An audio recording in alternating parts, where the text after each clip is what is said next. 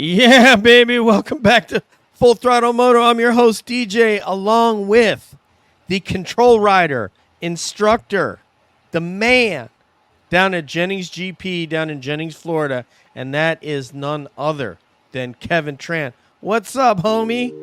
Hey, DJ, thanks for having me. I appreciate it. It's an honor to speak with you. We got to meet Kevin at my very first, well, I hate to say it was my very first track day because it wasn't really my first. It was my first track day at Jennings when Justin and I turned up. I turned up with the Harley XR 1200, and Kevin's like, "What the hell's that, man?" And Justin had his BMW. What the hell was that? Oh, man. It was that 1200 adventure bike. Oh, yeah. It was the 1200 XR or something like that is what it was. Anyway, and you felt bad for us, so you came over and talked to us and be like, hey, how's it going, guys? Do you remember that? I do remember that. Yeah, that was good times. Even the Harley was pretty fun to ride around, too.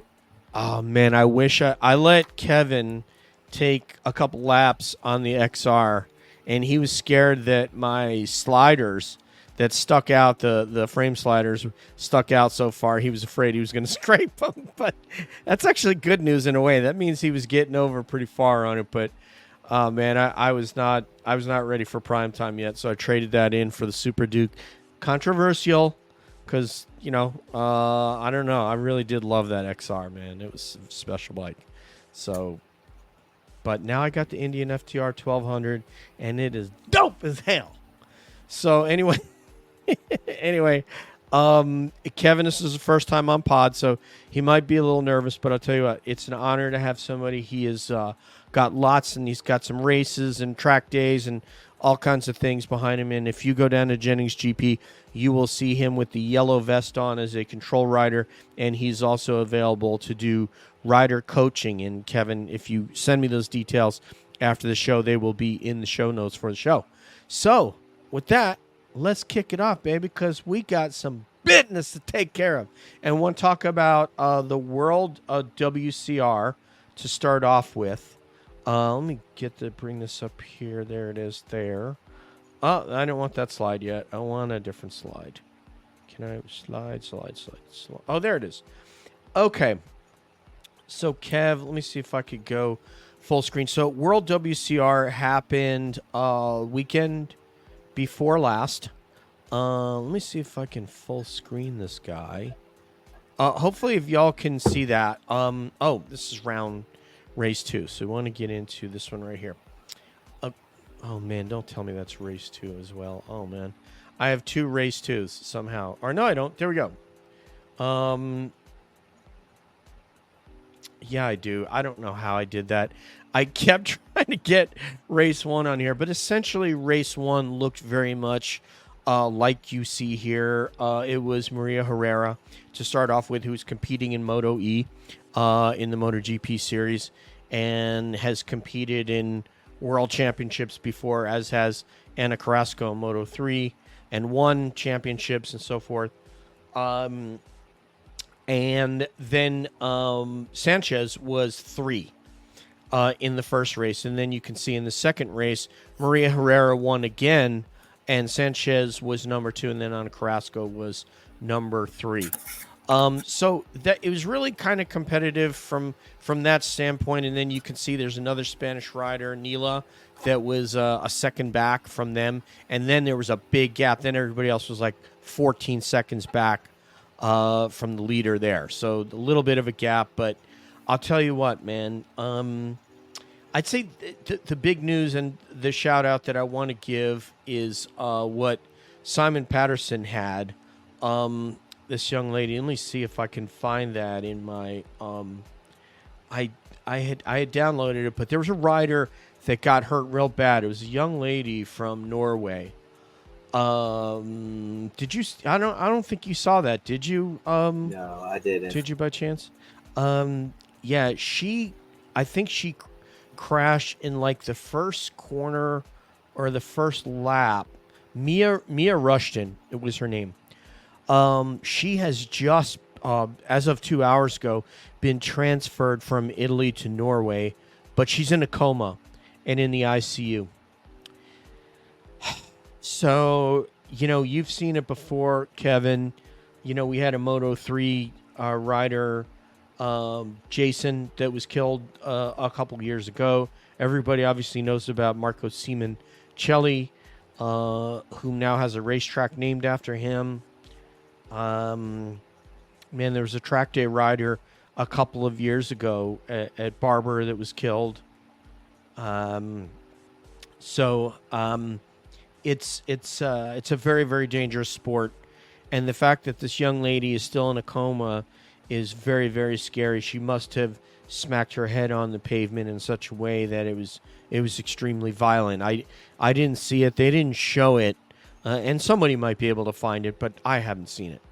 So please, love, respect, and prayers to Mia Rushton.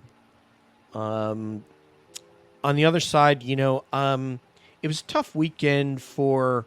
Here it is right here. I don't know why it didn't update, and you're probably not seeing it right now, but yeah, it's Simon Patterson had that post. So thank you, Simon. His wife, Maddie, is the owner operator of Sekhmet Racing International, and her riders are our very own Mallory Dobbs from Moto America, and I believe she still will be competing at the Ridge next week. So you can expect to see Mallory Dobbs in a wild card at the Ridge on a Super Sport, I believe. And Lissy Whitmore from the UK is her other rider. So it was a tough weekend. Lissy finished last, I think, on the second race. I don't think she was last on the first. Mallory crashed in the first race, but ended up 15 in the second race. And I think a lot of it is just the riders don't know the mechanics, that don't know the riders, that don't know the settings. Right, Kevin? I mean, that to some degree, is that expected? Yeah, the R7 being new to the twin class either way, and they're all racing stock, so they're all going to be really closely matched anyways. And before they came to this, they may have been racing 400s or, R6 or whatever 600 class. So to learn a brand new platform and to learn new layouts and new countries and tracks and whatnot, it's just going to be a totally new experience for all these women, Yeah, I mean, even going from a KTM 390 or a Kawasaki, that 400, totally different than when you get on an R7. Yeah, absolutely. The style of riding, the lines, the way you open the throttle out of a corner, and the way you trail into it for every bike, it changes a lot, So you basically, a lot of them are relearning a lot of new stuff here. Yeah, so I mean, I think this was a great weekend from the perspective that they got out there, they raced, and a lot of the riders now kind of they know what to expect. It's not going to be as big a surprise, and they will have some knowns going into those next races. So I think even though it was a tough weekend from that standpoint, especially having Mia get hurt, I think they're in a really good situation to have a better outing next time when they reconvene.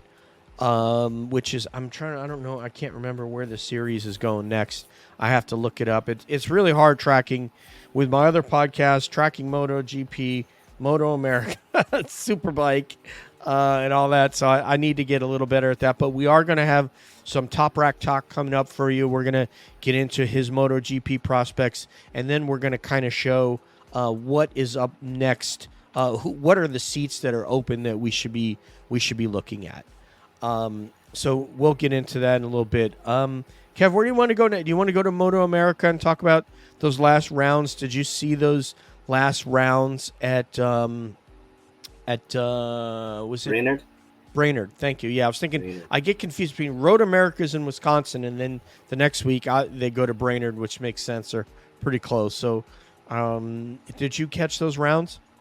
I watched Road America a decent amount. The Brainerd ones, I don't think I've seen all of them yet.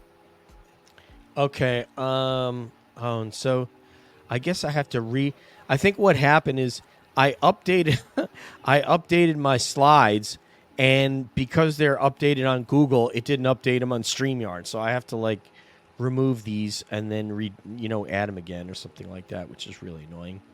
But anyway, yeah, I can spit off some results so that we can talk about it real quick. So yeah, we're at Minnesota and Superbike. So in Superbike race 1, we had Bobby Fong on that wrench Yamaha R1 came out and won that race. He had a best, I guess his total time, his best lap was 131.139, and Josh Herron came in number 2 at 131.267, and then another HSBK Warhorse Ducati, Loris Baz at 131.093, and then SDK was next.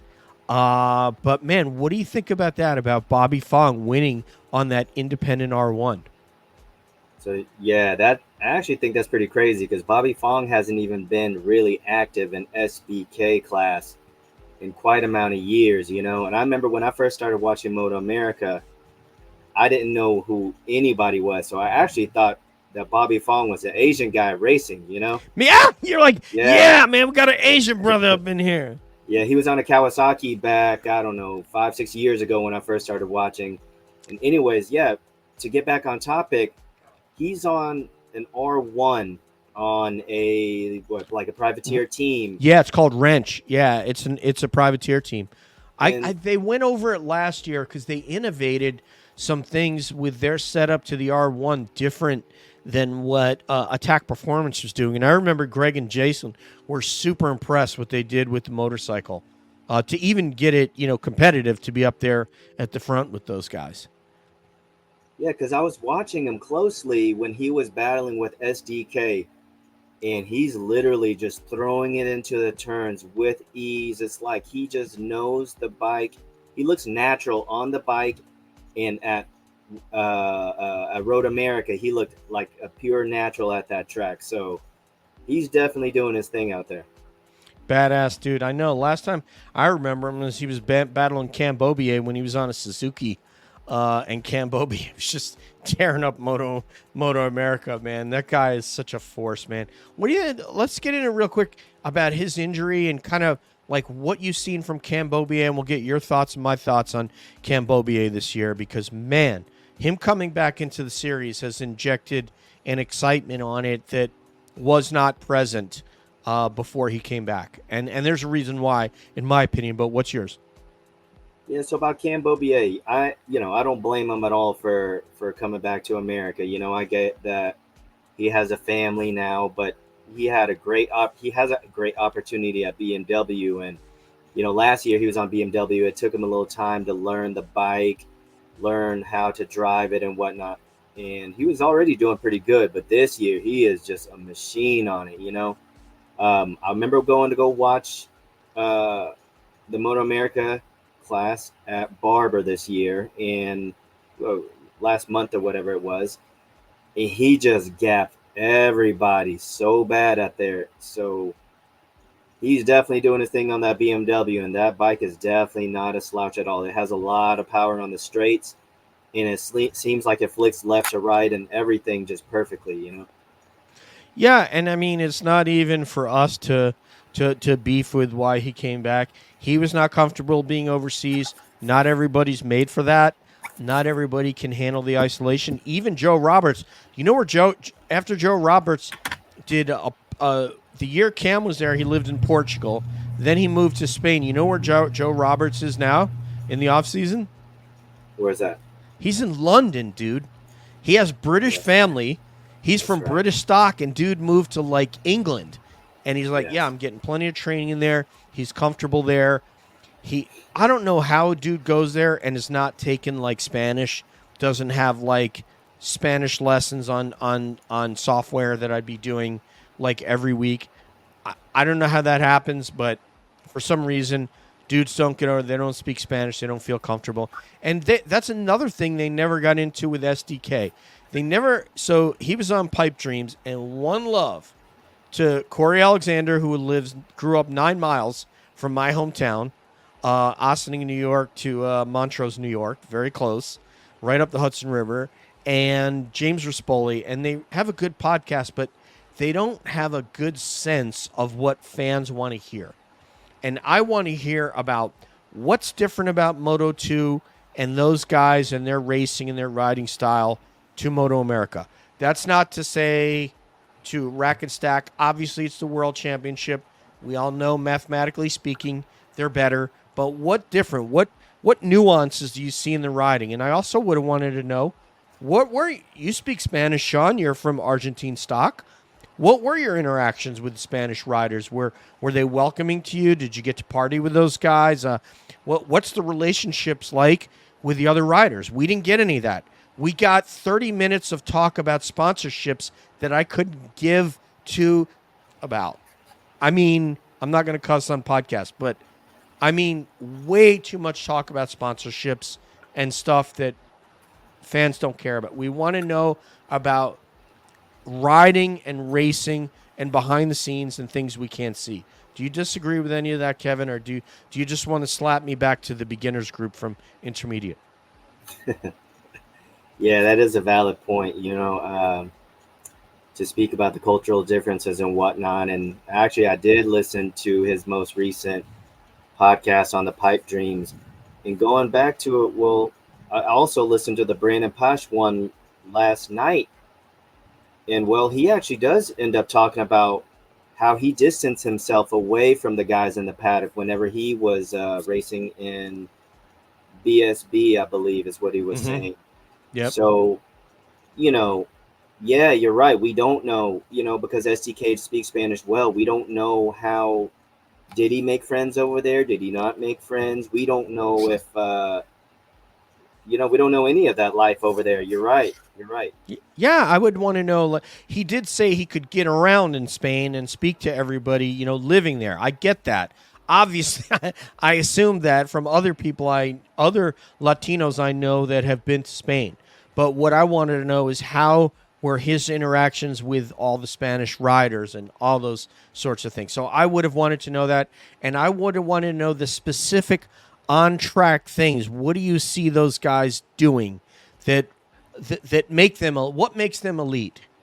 What makes them better? What is the gap, that you see? And I would have loved to know those things, So anyway, that's just a critique from me, and you're welcome to critique me in my podcast. People do it all the time. So anybody who's out there, critique me. It'll only make me better. That's what I tell people. If somebody, says, I love your work, but, there's some things you could work on, just like, when I'm teaching yoga, it's the same thing. And in jiu-jitsu, they used to say you win, you lose, or you learn. There's really, or you win or you learn, because there's really no lose from that standpoint. You can lose, but you're going to lose and you can say, okay, I see what I did wrong. And it's kind of like, being at the track. You run off the track and you go, oh, man, I just figured out something I did wrong, Anyway, let's get back to Moto America. Let's go to race 2. Then we'll hit up Super Sport real quick. We'll talk about Rocco. Rocco is a damn beast, man, in that Twins Cup. But let me get to this real quick. So let me hang up on that. We'll go to race 2. And race 2 had it had Bobby Fong win again, Josh Herron win again, but this time Cam P. So basically you had the same podium for both, except Cam P was right up there, and then Loris Boz was behind Cam P, and then Brandon Posh with a 5th place, man, and JD Beach. Jake Gagne, so basically what I've heard about Jake Gagne is he's suffering from arm pump, and that's why he's not performing. But what do you think about that top 5 right there? Yeah, so before I even knew about the arm pump thing, I was curious because he used to always lead the pack every single round for the past few years now. So when I saw that he was battling out with the guys, I'm talking, we're, 5th, 6th, 7th place and stuff, I was like, what is going on? But hey, man, every man has their day, and he's definitely has to get through his healing process with his arm pump and whatnot. But, I've been a Jake Gagne fan even when he was on the Broster Chicken on the Honda. So If it's meant for him to do well this year, then he will.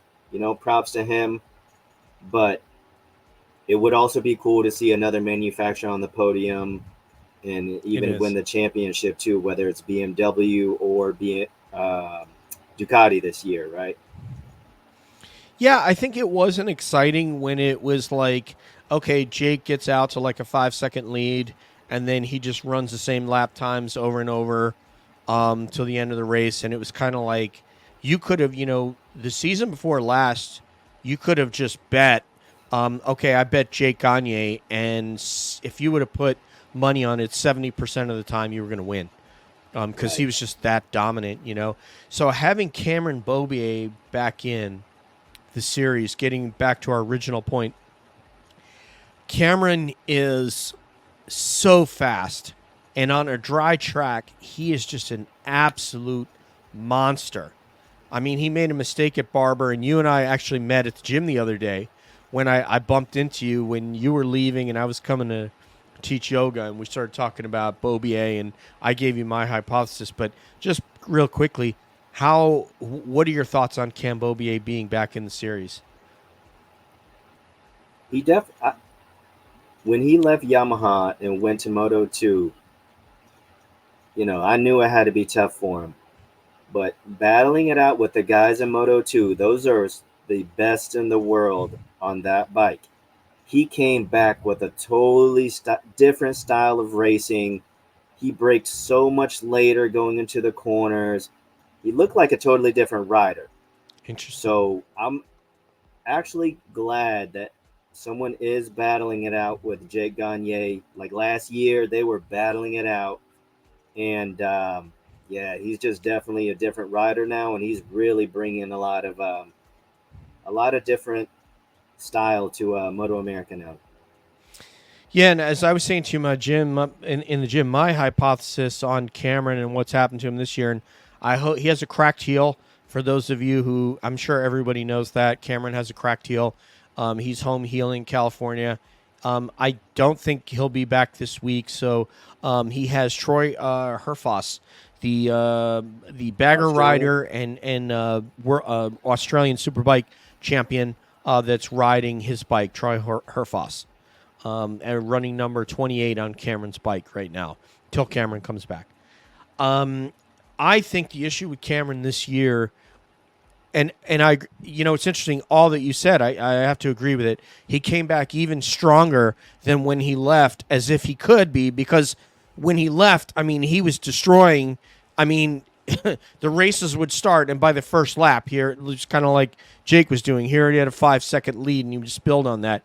So now, I think he's come back, and I think what he needs to take stock of is the class is so competitive now, and the competition is so much better than when he left and than what it was 2 years ago when Jake was dominating and Danilo Petrucci was finishing number 2 in the class, is that you're not running away from anybody anymore.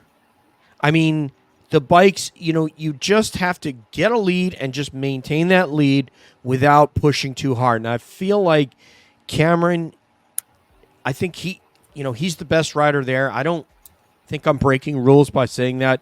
I believe Cameron's the fastest rider there. And I think it's a question of Cameron, realizing that he just needs to maintain a little bit of a gap and he's okay. He doesn't need to push and push and push and try to win a 15-second race in front of everybody every week, because those seem to be the ways that he's making mistakes and getting himself hurt. The rain race that he had in Road America, where, there's huge puddles on the track. There's water all over the track. He goes off track. He ends up in like 6th place, and he came all the way back. I don't remember how. He got very close to the front, and then he had that crash where he really hurt himself. And it just wasn't necessary. It was like, okay, I went off track. I screwed up. I can maybe inch my way up. But, on a track like this, it's just not safe to try to go that fast. And even you saw the local rider there, and you'll forgive me, everybody, for not remembering his name. There was a local rider who was absolutely amazing. And before the red flag, he took everybody in that race. He was amazing. And then he tried to push it too hard, and the same thing happened to them.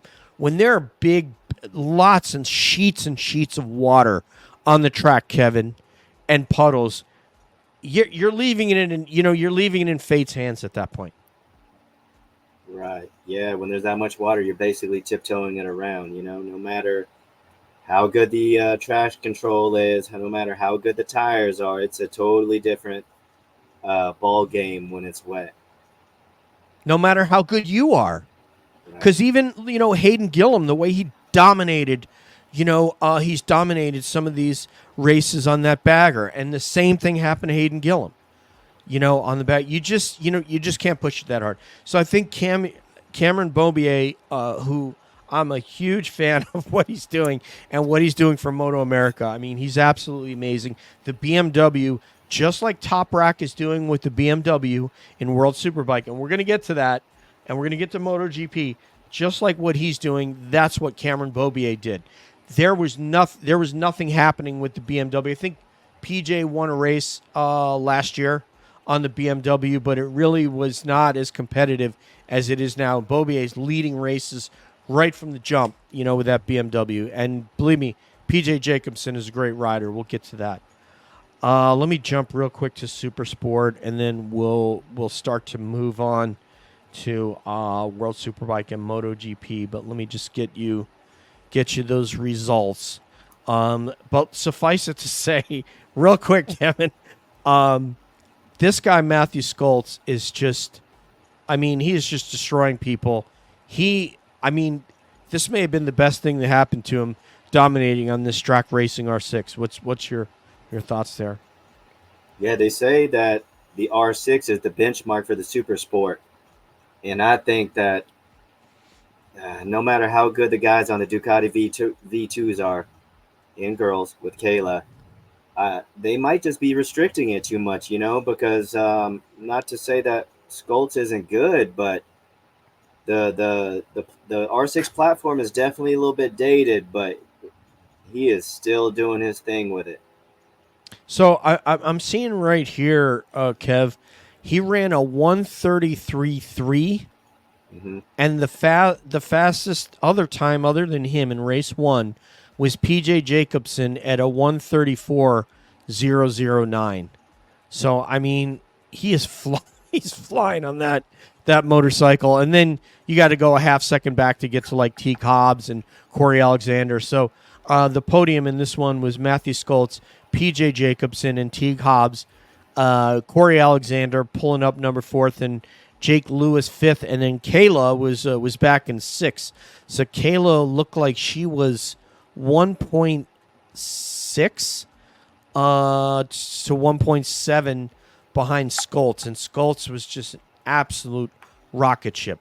And I have heard from Kayla and from Corey, PJ, is that they're having trouble getting off the corner, so they may have taken just a little bit much off of that Ray Hall Ducati Moto twin cylinder. In race 2, we have Skoltz again. This time his best time was a 1:33.546. So he lost a half second. How dare he, Kev? No, actually, it's really a little more like 0.2.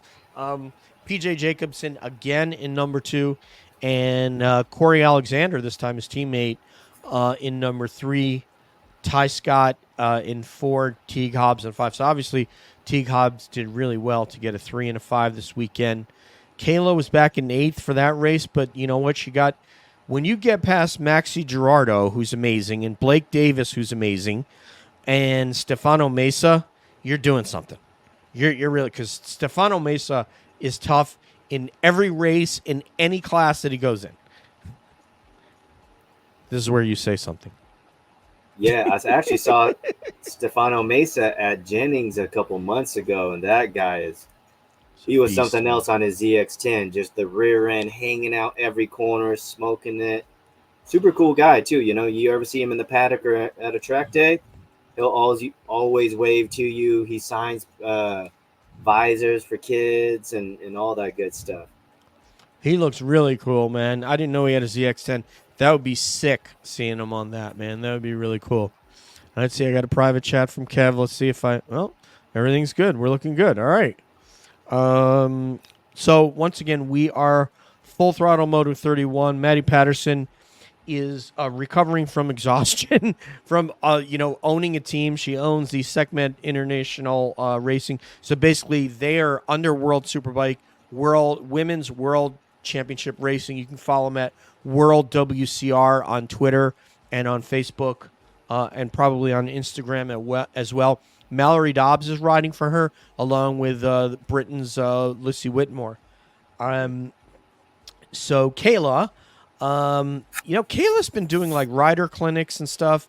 I don't know what she's doing this week, but I know she's getting ready for the Ridge, and this is her best result. So she's, probably come up from this probably 6 positions or so from what she had been finishing. So I'm sure Kayla is super duper pumped for the Ridge. It's a track that she likes, that she's done well at. And she's starting to come to terms with this Ducati. I mean, it's tough, new team, the bike, they dial down the power. You got to figure out, your settings. They have to understand what you're looking for. Her dad is not the mechanic now. It's these other guys. So, it's probably difficult for her. As, world championship, a world-class rider in PJ Jacobsen next to her. I mean, we're all, anybody gets in the paddock with PJ Jacobsen, most people, you're going to be like, whoa, look at that guy. So anyway, let's move on. Oh, honorable mention. We just want to talk about Rocco real quick. Talk about Rocco on that Suzuki, what is it? Gixxer 8R, that brand new Suzuki package that he is wrecking shop in Twins Cup. Yeah, I actually saw one of those in person at the dealership, and I was like, "What is this thing?" And so my buddy was telling me, same exact thing. It's a new bike that Suzuki just came out with, and the looks of it is questionable. But hey, it seems to be performing in the right hands, like for sure. So, hey, we don't know what they're gonna do for next year, but if he's making it work, we might just see more riders on a Suzuki next year. No doubt, man. And look at this. I want to just point something out. Rocco is one of these dudes that when he, it doesn't take him long to figure a bike out. Now, here we are. We're taking a guy who's basically a teenager, and I'm looking at the bagger results from race 1. This dude was finished second on that bagger in Brainerd, man. Okay? Right behind Hayden Gillum, right in front of Australian Superbike champion Troy Herfoss, and ahead of factory riders Kyle Wyman for Harley and Tyler O'Hara. This dude is a monster. You put him on a motorcycle, it does not take him long to figure out, and then he's wrecking shop. I mean, that is Rocco Landers. Yeah, definitely a natural talent, right? He only is going to get better from here. Because how old is he? Maybe like, what, 17, 19? 18? Yeah. I think he's right at the end of his teenage years. I think Rocco is 19. But you put him on a 640-pound motorcycle. I mean, that is something that he's never had to deal with. But you know what? Terry Vance from Vance and Hines, like, oh, my God, this guy's not signed? Right. We got to get this guy. And that I think Terry Vance also owns that Suzuki, and he owns the Harley that he's riding in Bagger Series. So, man, that kid is amazing. And he should be on a superbike. Rocco Lander should. And we should see him in World Championship competition representing the United States because he is a monster.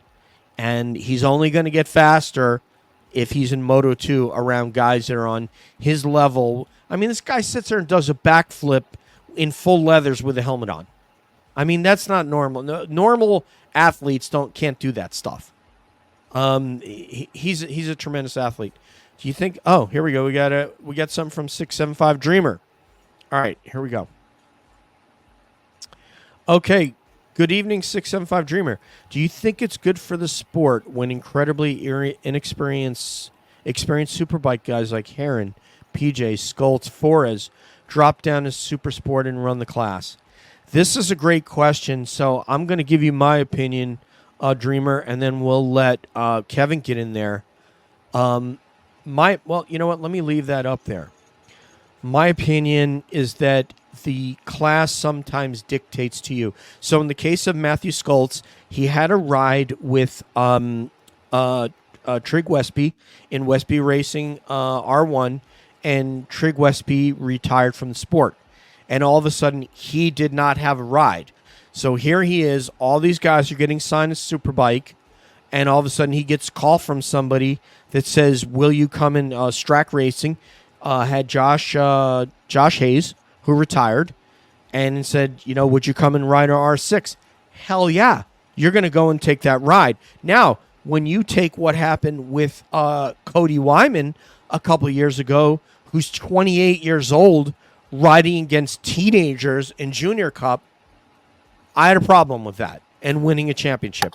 And I really didn't notice it until my buddy Justin, who's a friend of both Kevin and I, said something about it and gave me the stats. And this dude's 28.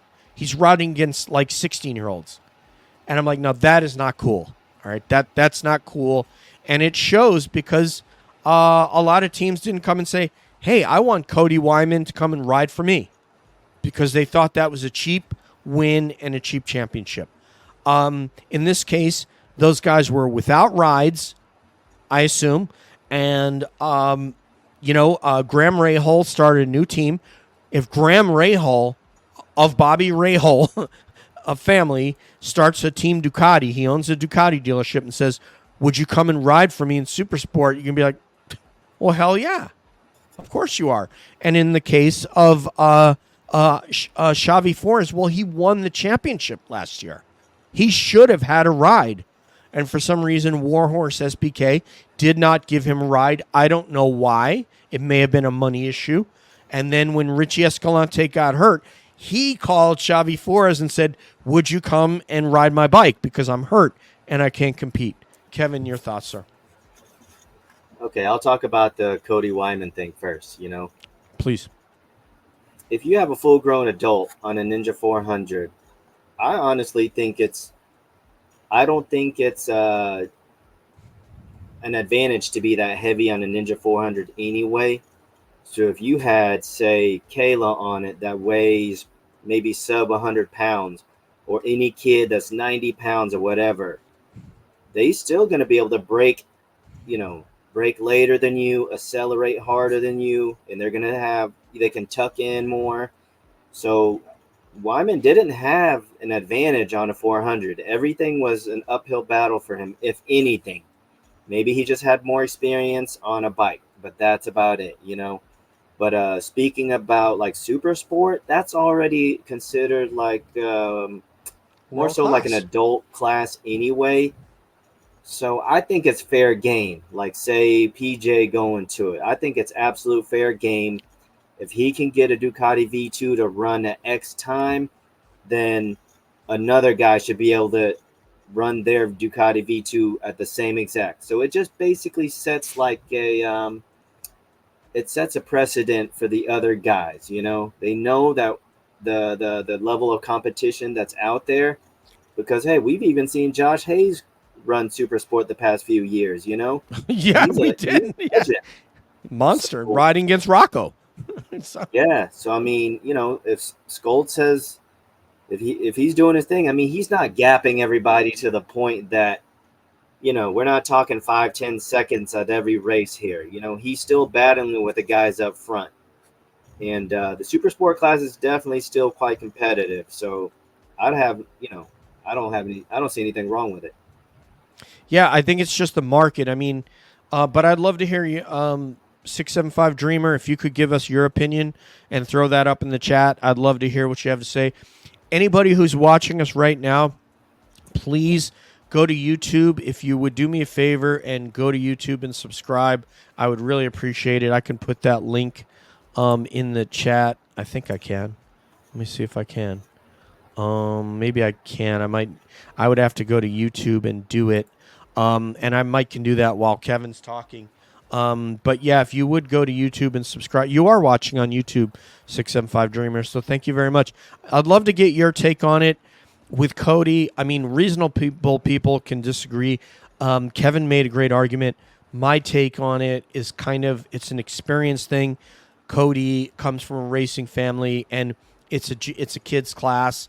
I don't know. I didn't think it was awesome, and I wouldn't have done it. I wouldn't have competed at that level against kids. It was meant for people like Gus Rodeo and Max Van and Kayla and Jackson Blackman and all these young folks to compete in, and I don't know that it's meant for 28. I mean, he was right on the limit. He couldn't have gone another year. He wouldn't have been able to compete in. That's just my take, but reasonable people can disagree. Let's go over to talk about World Superbike, because Toprak Razgatlioglu had the trifecta in World Superbike. Kevin, he won the sprint race, he won race 1, he won race 2. Nikola Bulaga was also on the podium for those races. What is your take on Toprak saying that you're totally frozen, so I hope you're going to come back. He's interested to go to MotoGP. Hey, DJ, can you hear me? Yeah, got you loud and clear. Okay, good. Yeah, when Toprak joined BMW, I was actually questionable, thinking, I have not seen any BMW with the level of. I was wondering if he could do what he did with the front end of that Yamaha R1, if he could replicate that on the BMW S1000, right? Or actually M1000. And, well, he has definitely proven us that he just has phenomenal feel with that front end, and to point it so precisely to every single apex is just wild. He's gotten used to it in just several races. It's pretty crazy to think. It really is. I mean, I think they won one race in their history or in a decade, and Toprak has won 5 already. I mean, he has redefined the potential of that motorcycle based on the results of one man. And after doing this and running a sweep in Misano this past week, he comes out and says, I'm interested to go to MotoGP. Me being primarily a MotoGP guy, even though it might have sounded like I'm a Moto America guy too, but MotoGP is the most exciting racing in the world for road racing anyway. And he said he wants to be part of it. And I am like, okay, let me make this statement. So this is the DJ hot take portion of the podcast. And this goes to the dumbest decision I've seen in MotoGP since 2020. So I have to pick one team, one manufacturer, one team principal. Dumbest decision in 4 years. And this is my take. The dumbest decision I've seen in 4 years is Yamaha not taking Franco Morbidelli, who everybody loves and wants to give a hug because he's Valentino Rossi's little baby, and not give that bike to a Toprak Razgatlioglu. What teams say they're looking for is they're looking for freaking talent. We want an exciting rider with a lot of talent. So tell me, where the hell are you going to find a more talented rider anywhere in the world outside of MotoGP than Toprak? Tell me where. Name me somebody. Yeah, that's a valid point. I mean, I don't know what Yamaha was thinking, but hey. Stupid. Toprak's a beast on a super bike, so a production bike. Nobody knows. It's such a gamble to see, is he going to be good or not going to be good on a prototype GP bike, right? And hey, we may never know, or we may know next season or the season after that. I think he has it in him. I think he could actually do good on it. Well, all we can go off of is talent. What the hell did Fermin Aldeguer get signed to Ducati last year? He's having a terrible season in Moto2, but why the hell did Ducati sign him last year? They signed him because of talent and potential. And really, he started winning and dominating when Pedro Acosta said he raised the shark, he won his Moto2 championship, and be like, I'm done. I can cruise around the track for the next 4 races because I've won the championship. And then Fermin Aldeguer dominated those races, and Ducati signs him. This guy, Toprak, is a proven winner on Honda, on Kawasaki, on Yamaha, and now he's done things on a BMW package that nobody has ever done anything with in World Superbike. And it's won 5 races already with this motorcycle. And he's smashing the Ducati guys, which we would have thought was unthinkable after watching Alvaro Bautista cruise to a championship last year. So, yes, he deserves a ride in MotoGP. And what I'm going to do is I'm going to put up on the screen here. Let me see if I can put these slides up. Put the slide up here. All right, Kev. So this is what we have open right now. And let me see if I can make it. Okay. Can you see that now? Yeah, I can see it. Or this. There you go. Now, so they can't see us, but most importantly, they can see all these amazing riders. I'm going to go full. You can go full screen on your StreamYard right now, and they won't see us, but you'll see that square in the bottom right. Okay. So now, these are the possibilities for Toprak. And Yamaha ain't going to be one of them because, and here's what pisses me off, everybody, in my hot take. You had Toprak show up there last year, and he said this, and he punked those guys because he said on camera, I asked you last year to please change the seating position because I like to sit inside the bike. He's a big guy. I don't like to sit on top of the bike. I'm uncomfortable riding this bike the way you have it set up. So he told them that for next year, and what'd they do? It was the exact same riding position. So Yamaha, you win the Idiot Awards from 2020 through 2024. Let's see if somebody can best you coming up here in 2025. Because he's not going to go to Yamaha, Kev. Would you agree? Yeah, probably not. Ain't happening. Yeah, probably not. I mean, I do hope that he goes somewhere and can develop something. But then again, if he has no experience on a GP bike anyway, would development even be in the cards for him, It's going to take him half a year just to figure the bike out, but that's okay. And maybe not, look at what Pedro Acosta did, so you never really know. You never really know. Again, he couldn't, he said it pissed him off. I couldn't show what I could do because I wasn't comfortable on the bike. I'm pretty sure when Pedro Acosta came to KTM that they configured the bike for his stature and the riding position he wanted. And they didn't do that for Toprak. And it pissed me off, and it shows that they're idiots. So I'm sorry. Sorry, Factory Yamaha. For sure.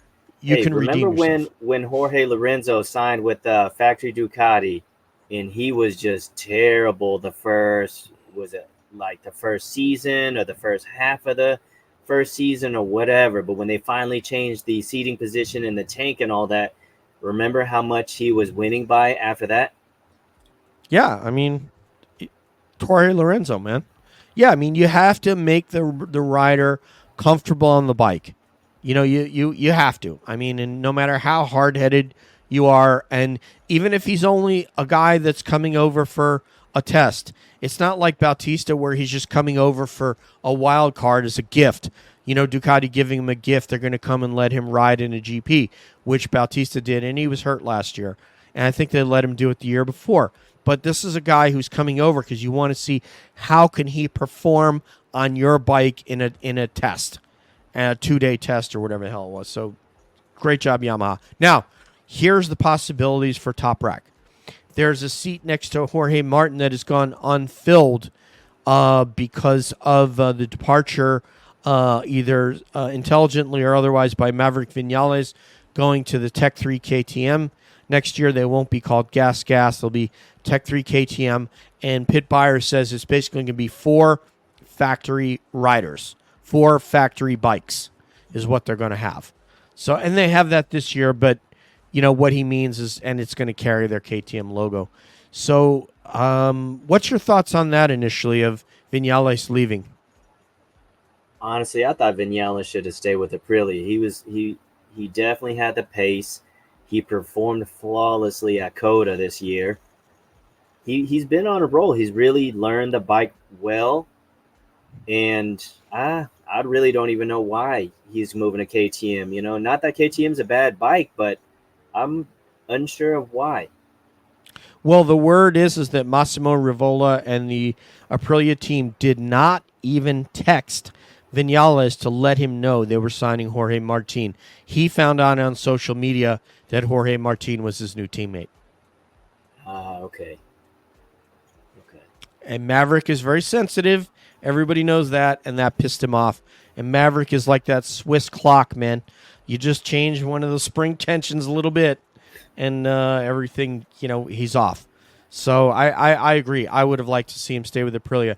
Now, having said all that, before we get into who's going to go where would you like to see Toprak go? Who do you think he would be the best fit for that you're seeing in these empty spaces here? Hey, you know what? The Trackhouse Aprilia would be really cool. That would be cool. Hell yeah. I would love to see him. Now, let me ask you, see if you and I are on the same page. Who are you getting rid of at Trackhouse to sit next to Toprak? I know that Miguel Oliveira has had his high moments, but he has just not been performing the past couple years, Fernandez, he did show some progress this year when he was up front. Unfortunately, he crashed out. Yeah. So between them two, I would say leave Those Oliveira because he's more experienced, and he could help Toprak and the team to pull him up to speed, if anything, because Raul Fernandez has been in GP for 2 to 3 years and hasn't really done much. I agree. He had a bad time at KTM, but a lot of people have had a bad time at KTM. If you look at who has been successful at KTM over the last few years, you basically have Brad and you have Pedro, and that's it. And nobody else has been successful on those bikes. And I'm a KTM fan. You knew me. I was an owner. So, my opinion, I'll disagree with you, Kevin. I know you're the senior rider and better rider of the two of us. So here's my feeling. Raul is finally getting comfortable. It was very difficult. This is my opinion, just my opinion. It's been very difficult for Raul to be an alpha in Moto 2 where he almost won a championship, but for Remy Gardner's steadiness, to come up here and be with a whole bunch of other alphas and on two different packages and packages that he didn't come to terms with until this Aprilia. And he's starting to come to terms. In Miguel Oliveira, I know what I have. I know I've looked at his wins. He does have wins. His wins are quite a while ago. And the guy's been to dental school. He's like our friend Carlos. He's qualified to be a dentist in Portugal. I think he's done. I don't think that you're going to see him. If you left him on the bike this year and you gave him back to the bike next year, I don't think you're going to see the results and go, oh, amazing, Miguel Oliveira. I know what I have in Miguel Oliveira, and I don't see an exciting rider that's pushing it, that's hungry. In Raul Fernandez, I see a rider that's hungry, that is slowly improving, even more so than the other Fernandez. Definitely a valid point. So I want to see what I have in Raul because I know what I have in Oliveira, and I don't think he should get one of these seats.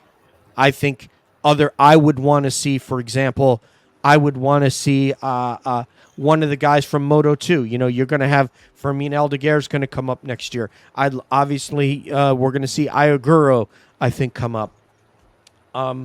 There's another guy in Moto 2. Is it Sergio Garcia right now, the guy who's leading the championship? Joe Roberts.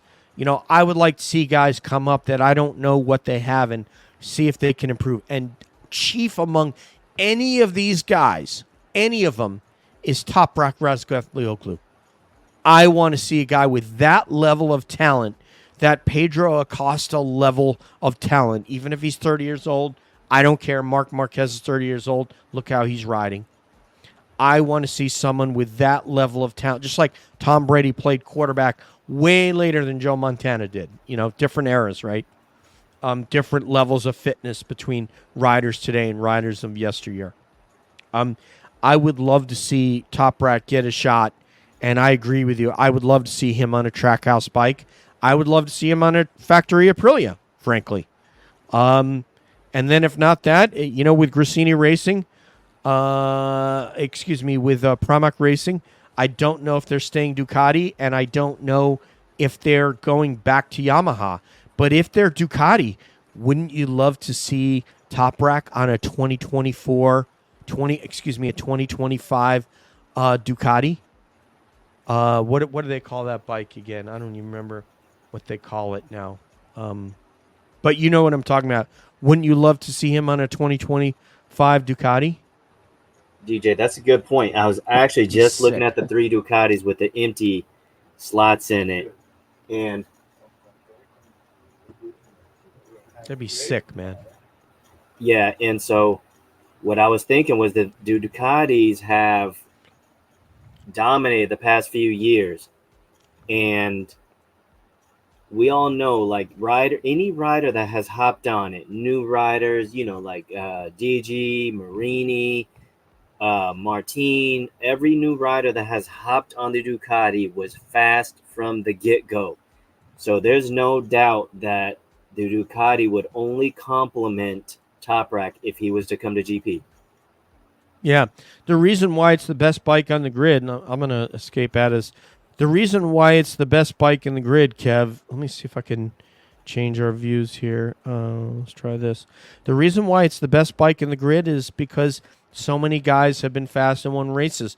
Only it's this year that it seems like guys are having trouble transitioning from the 2023 bike, the 2022 to the 23 bike. And you're talking about Marco Bezzecchi, and you're talking about who's the other? Alex Marquez. Fabio Di Giannantonio is the best of the riders other than Mark that's on last year's motorcycle, on the 23 motorcycle. And then, like I said, Frankie Morbidelli's starting to have, he got up to 7th or something like that. But, he didn't deserve the ride when he left Yamaha. But the difference between, we talked about this on the podcast last time. The difference between the real professionals, the guys who are badass dudes taking this seriously, like Marquez, that says, you offer me the best motorcycle, I'm coming. I don't give a damn about this family, stuff in the paddock, the baby stuff. And that's why Marco Bezzecchi stayed in VR46, or he would be sitting pretty on a 2024 Ducati GP right now, or as they call it, a GP24. Big mistake by Bezzecchi. You saw Mark do that, and even now, as we talked about in the gym, Mark is such a G. He left his brother out in the cold at Grassini to fight for himself in free agency, and he went and got the factory bike, stole it right out from under Martin. That's what that is a guy that's professional maturity, not emotional maturity, because I'm sure Marco Bezzecchi and Mark and myself and you, we're all emotionally mature. Professional maturity is, I'm in this to win. I want to get the best motorcycle and the best engineers underneath me, and I'll make a family atmosphere in that paddock. Very, very dumb of Bezzecchi to leave that behind. Maybe the second dumbest decision in the last 4 years was to turn down that Pramac seat. My opinion.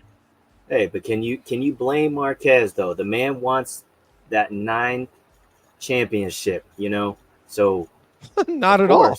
If you want to go on the winning team, you got to join that factory Ducati. That's his best chance of winning it, and that's the best bike on the grid right now. So he's got the best chance, and his competition is right next to him, right there. That's the man to beat, right next to him. Yeah, for those people that aren't aware, even so, the factory team has a representative in each garage or garage if we're in England. So there's the Ducati Corsa guy in the Pramac garage, and there is also in the Grassini garage. But when you are on the factory team, you have more engineers, analysts. You have 30 people behind those garage dividers there that are working towards your success, analyzing every aspect. That is the difference between the factory team and the satellite bikes. And that is the reason why Bezzecchi should have taken that bike. As it sits right now, as we sit here today, I don't want to belabor that point because we're up against the hour here, and we've talked for an hour. I heard the other day that Joan Mir was committing to factory Honda to stay another year, and now I'm seeing that on the MotoGP website they are not showing him that he has committed to factory Honda again. So if not, I think he's the number one guy on the grid for any of these jobs because he's the only one that has a MotoGP championship. Would you agree? Yeah, but that guy just looks defeated. He has lost that look that he used to have when he was with Suzuki. You know, he looks so defeated now. He's got I don't know how many, ripped up Repsol suits there are that Dainese has now. That guy, he looks tired. I don't even blame him. He's already won a championship in 2020. You know, he's already done his thing. And Marini's right there behind him with that exhausted look. All right, so do this. I'm with you, man. And I mean, you can only get beat down so much.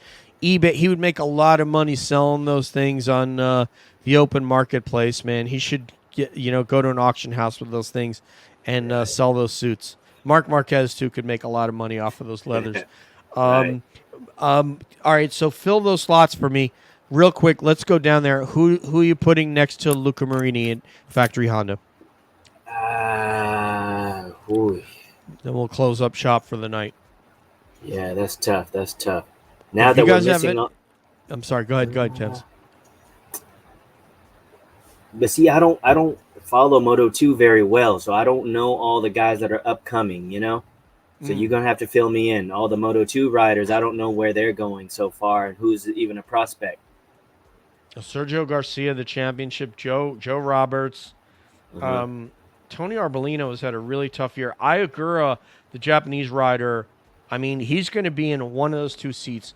He's either going to be sitting next to Johan Zarco in LCR or he'll be in the factory team. Or maybe the smart thing is you put Johan Zarco in that factory team if John Mir leaves, and then you put Ayagura in there and you take the next free agent and you put him an experienced rider on LCR and you put him next to him. So, but Ayagura's coming up. Yeah. Valid point. Honda's LCR and Honda in general always going to stick with putting the upcoming Asians. So, with the only Asians on the grid is he's a Thai rider in Moto 2, and then you have Agura, who's a Japanese rider. So, yeah, that does make sense for them to go to a Honda, probably LCR. You're right. Let's see, for Trackhouse Aprilia, it would be really cool to have Joe Roberts represent America for us. And I think he has put in his time. And if he can continue to show the results he has been in Moto 2, if he continue to show that for the rest of the season, I think that Trackhouse Aprilia spot might be his. I agree. I think it would be great to see him sitting next to Raul Fernandez. Don't know the results you're going to get and how he's going to deal with being up here with a whole bunch of alphas. I heard another podcast say when a guy takes 4 or 5 years in Moto 2, it doesn't bode well for them coming up. But still, he's an American and he's one of one. You got to give him a shot, and then if he doesn't make it after a year and a half, he'll be on his way out. That's the way the business is. I would love to see Toprak go on Factory Aprilia next to Jorge Martin, or I would want to see him on Pramac Racing. Who else would you want to see on Pramac Racing next to maybe a Toprak. It's going to have to be someone experienced for sure.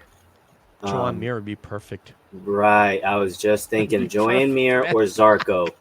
I know Zarco's already on Honda, but everywhere he goes, he's always he learns every bike so well that he needs a guy that's has the experience like Zarco at least, to Yeah, but get him up to speed. Zarco left Pramac because of money, and he's not coming back. Remember, Yeah. he left there. He was Jorge's teammate last year. That's right. But That's right. they didn't offer him enough money, and they didn't. They were kind of, we'd like to have you back, but and LCR was like, we want you, and we're gonna pay you. So he went. Yeah. So I would love to see Joan Mir and Toprak on those Pramac bikes. That would be ridiculous. Man, Joan Mir could get him all spun up on MotoGP isms, and those two guys could just have at it on brand new Ducatis. Sign me up. VR46, man, that could stay exactly the same. Digi Antonio and Marco Bezzecchi. So yeah, you're right. That could. Fabio Digi Antonio, I really, really like that guy.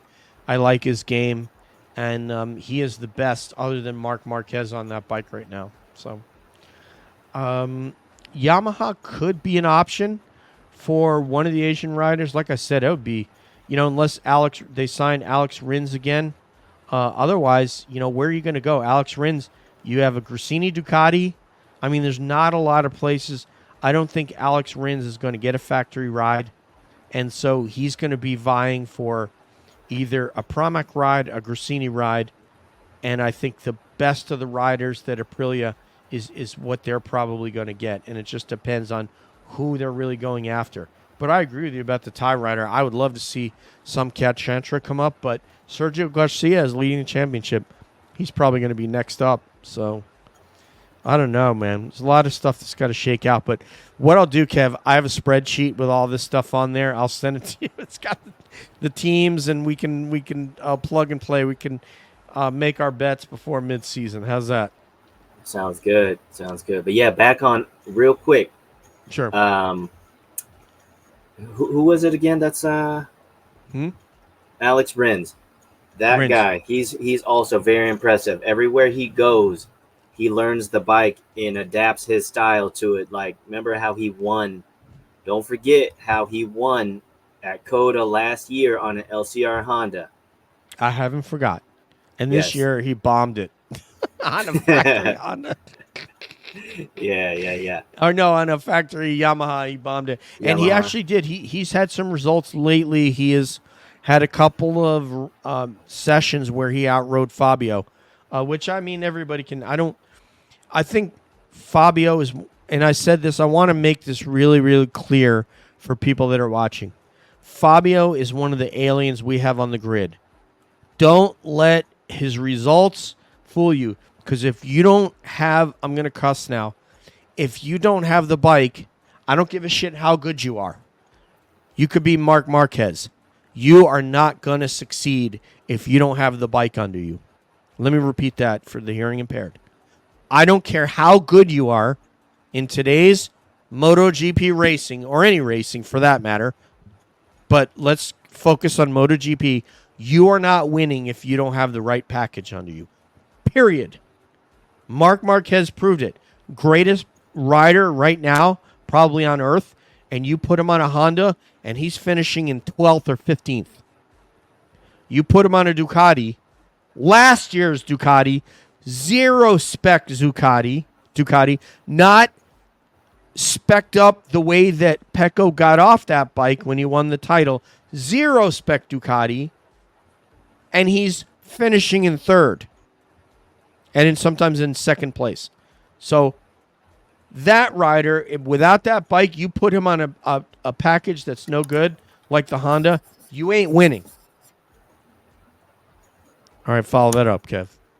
Be like, yeah, right on, okay, man. So just for the listeners and me also, let us know what exactly does the zero spec mean when you were referring to the Ducati?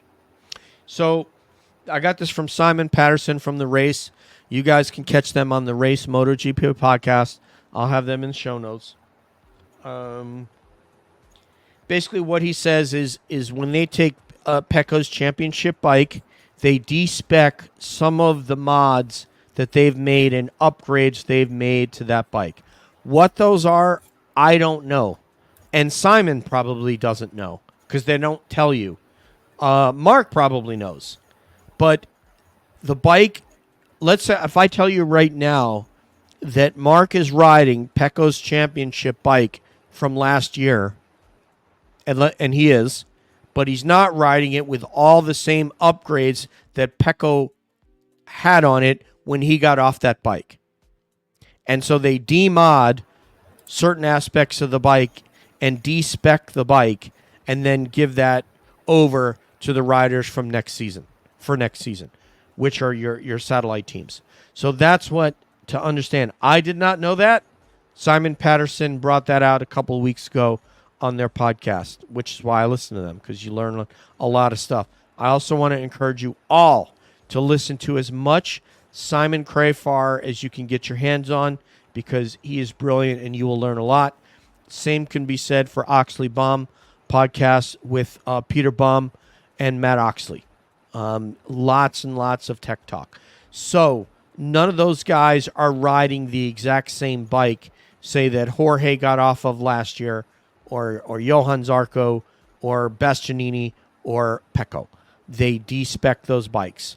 Will Mark get some upgrades now that he's going to be a factory? Maybe he will, now that he's going to be a factory rider.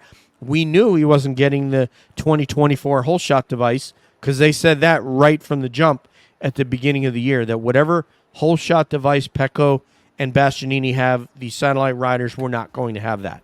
So they do have a whole shot device, but not the latest iteration that Ducati's come up with, which is, again, goes back to factory. You have 30 engineers behind the scenes there that you're not seeing behind those paddock walls.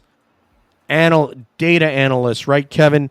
Software people, all kinds of analysts that are looking at everything and developing everything for that bike. And you don't have that in the satellite team to that level. And that's why guys say, I want to be on the factory team, because I know we have a gang of people working towards my success even more. And for us, like in Moto America, what you have in MotoGP, they have an enormous amount of people, even the satellite teams, but not to the degree that factory Ducati would have, or factory Yamaha, or factory Aprilia, etc. So anyway, when we come back, Raul Fernandez will be riding a 2024 RS GP. He's been waiting for that all season. He's riding a 2023 bike. Miguel Oliveira has the latest bike. He has a 24 RS GP, but Raul does not. When we return next week, I believe you will see Raul on his 24 RS GP. So there may be a little bit of a, whatever they've changed about the bike. But he'll be riding what Maverick and Aleix and Miguel are riding. So, anyway, Kevs, this was fun, man. Sure. Hey, I appreciate you having me. Yeah, you like talking motorcycles on camera? Yeah. It's fun, right? Oh, yeah. Good times, buddy. Appreciate it, man.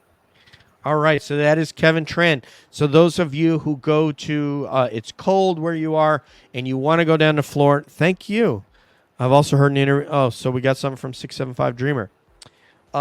Thanks for responding. I've also heard in interviews that Ducati shared data. Yes, that is correct. But I highly doubt they're letting Martin see Pecco's data. What do you think? Okay, so what we have been told about this 675 Dreamer is that everybody sees everyone's data. So that's just data. It's not what settings they're using on maybe what upgrades that Pecco has on his bike and Bastianini has on his bike and what settings they're using, but they do see their some of the data that's shared amongst all Ducatis. Is there some secret sauce that they're doing to these factory bikes? I will tell you, I think that there is. And they also have a larger cadre of engineers, technicians, and analysts than the satellite teams have despite the fact that Ducati Corsa has at least an individual placed in each one of those teams, but not to the degree that Pecco has.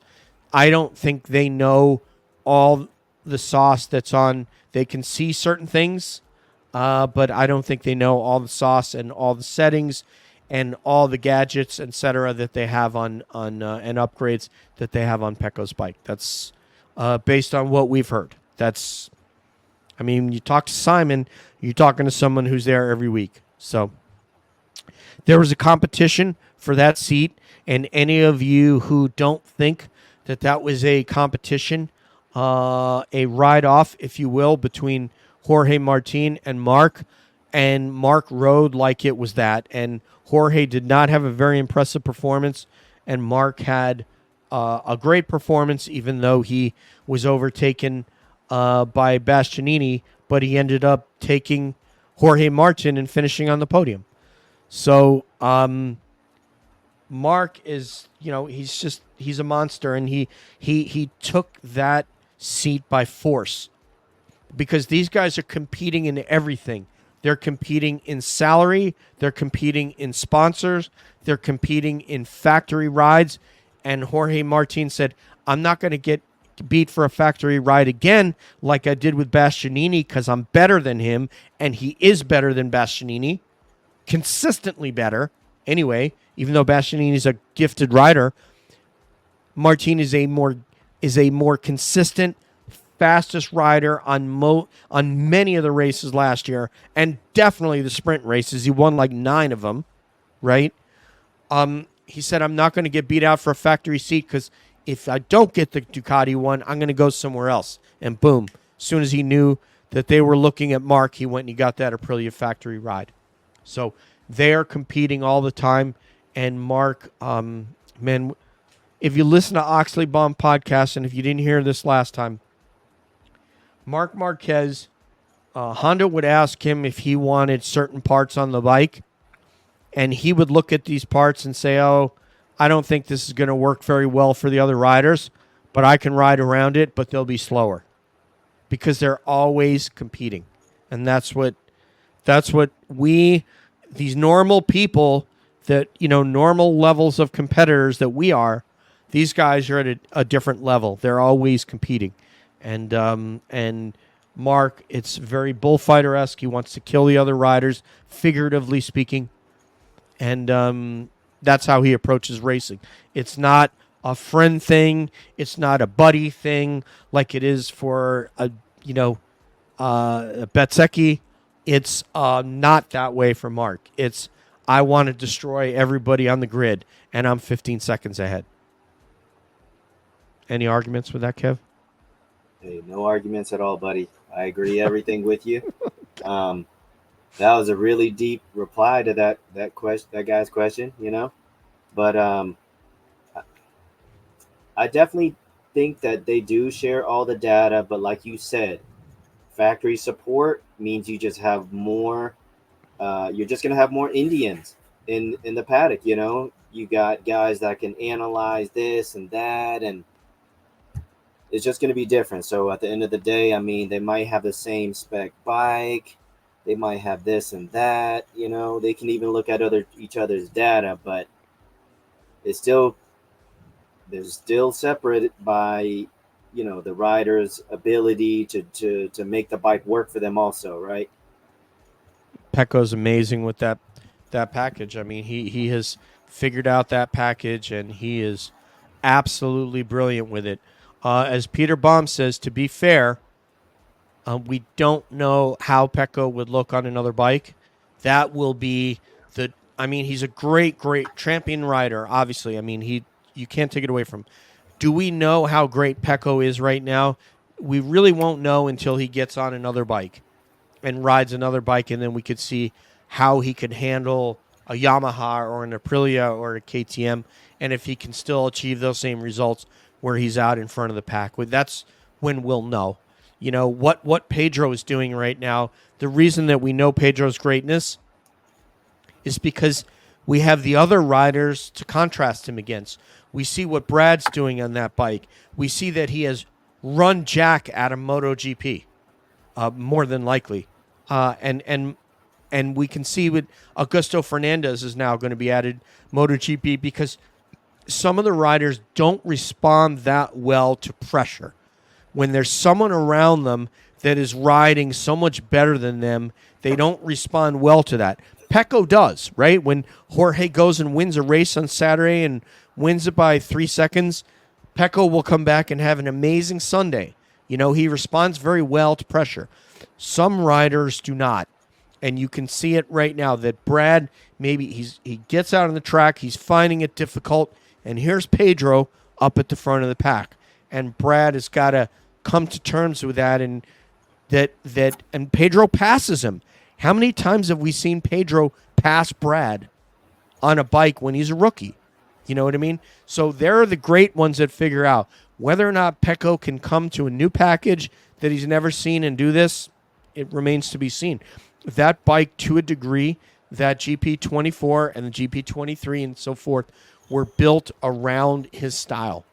And Bastianini, to a degree, had to adapt, and them trying to adapt to Bastianini and Bastianini adapting to a bike that was built for Pecco, just as a litany of Honda riders were trying to adapt to a bike that was built around Marc Marquez's desires.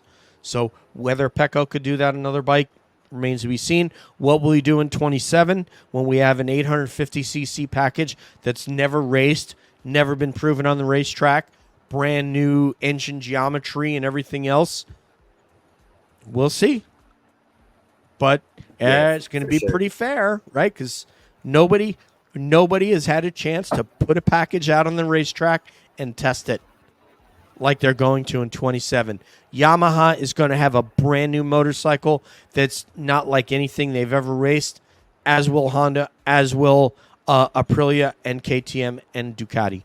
All of them have this brand new 850. That maybe is where we see the aliens. Maybe we see Fabio Quartararo, when it come back to the fore. I would argue he's one of the top 3 riders on the grid right now.